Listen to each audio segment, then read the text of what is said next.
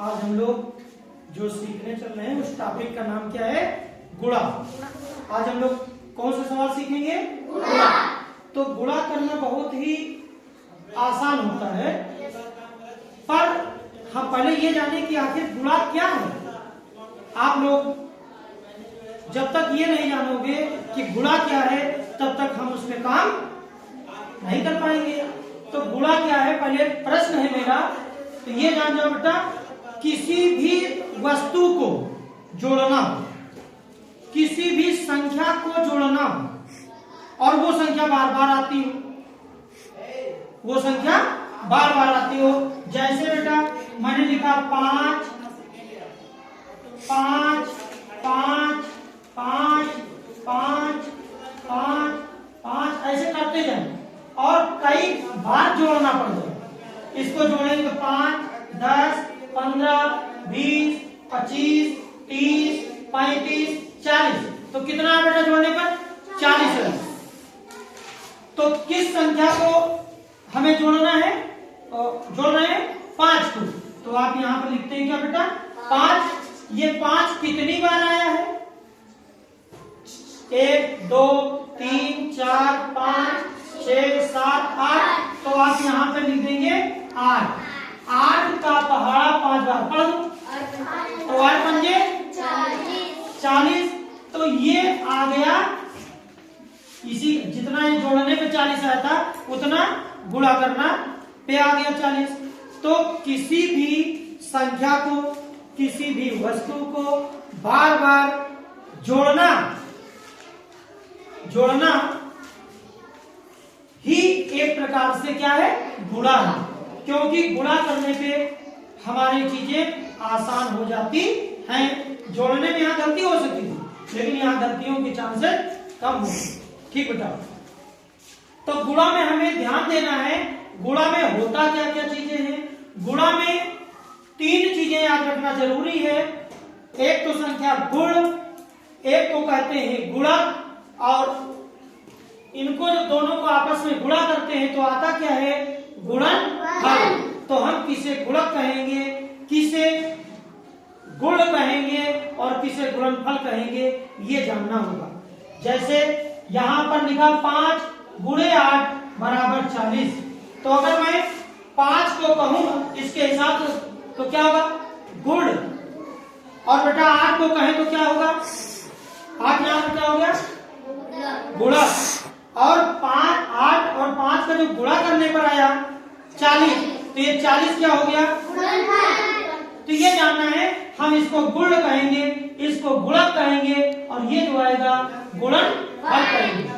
तो बेटा जैसे अब यहाँ पर मैंने लिखा 3 गुणे 5 बराबर क्या आएगा? 15। तो सवाल तो सबने कर लिया, लेकिन यहाँ पे ये जानो बेटा, ये जो 3 है ना, 3 को अगर मैं किसी जगह लिख दूं 3 3 3 3, कितनी बार लिखी? 5। तो 3 3 6 3 9 3 12, 3 कितना हो बेटा? इसी को आसान करने के लिए गुणा की विधि अपनाई गई, और इसको 5 का पहाड़ा 3 बार पढ़ दो, 5 क्या? 15। तो 5 15, देखो उतना ही आ गया ना। तो इसमें 3 को हम क्या कहेंगे?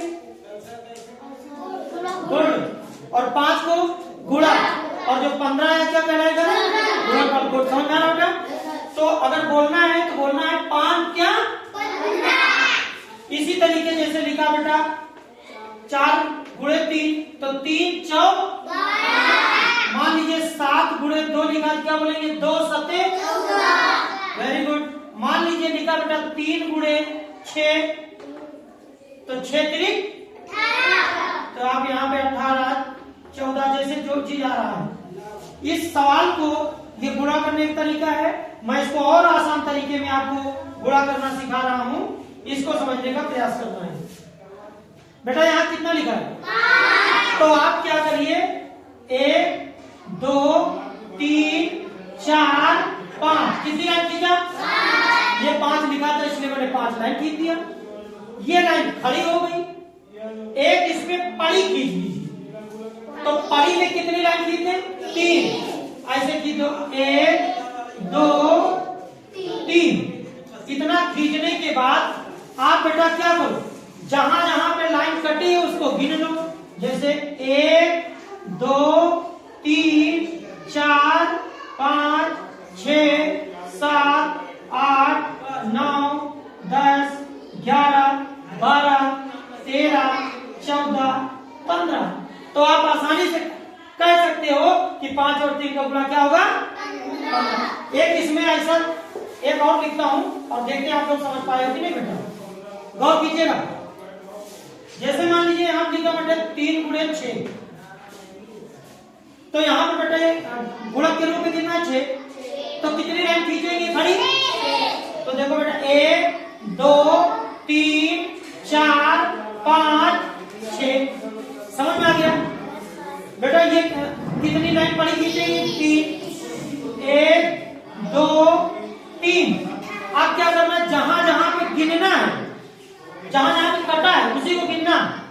ये कटा है कि नहीं, 1 2 3 4 5 6 7 8 9 10 11 12 13 14 15 16 17 18।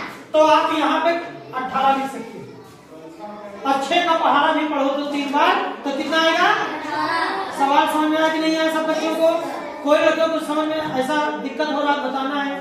फिर से बेटा एक सवाल और देते हैं और देखते हैं हमारे बच्चे कर पाते हैं कि नहीं कर पाते। जैसे मान लीजिए यहाँ हमने किया 5 और यहाँ पर किया बेटा 4। तो वैसे तो 4 पंजे आपको आता है, लेकिन फिर भी आप इसको हम और आसान तरीके से कैसे समझ सकते हैं। तो 4 लाइन पहले खींचना। कितनी लाइन, 1 2 3 4। इस पे पाई कितनी लाइन खींचना है, 1 2 3 4 5।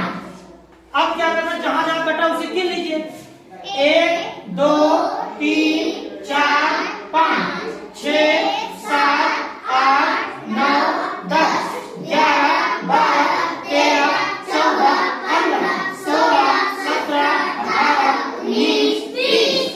बताओ बेटा 5 चौक कितना हुआ, या 4 पंजे 20 और इधर गिनने पर भी 20 आया। तो सवाल का आसानी से गुणा का सवाल समझ में आ गया कि नहीं बेटा? ठीक बेटा, बहुत बहुत धन्यवाद। मैं अभी और सवाल देता हूँ, आप भी करके दिखाओ।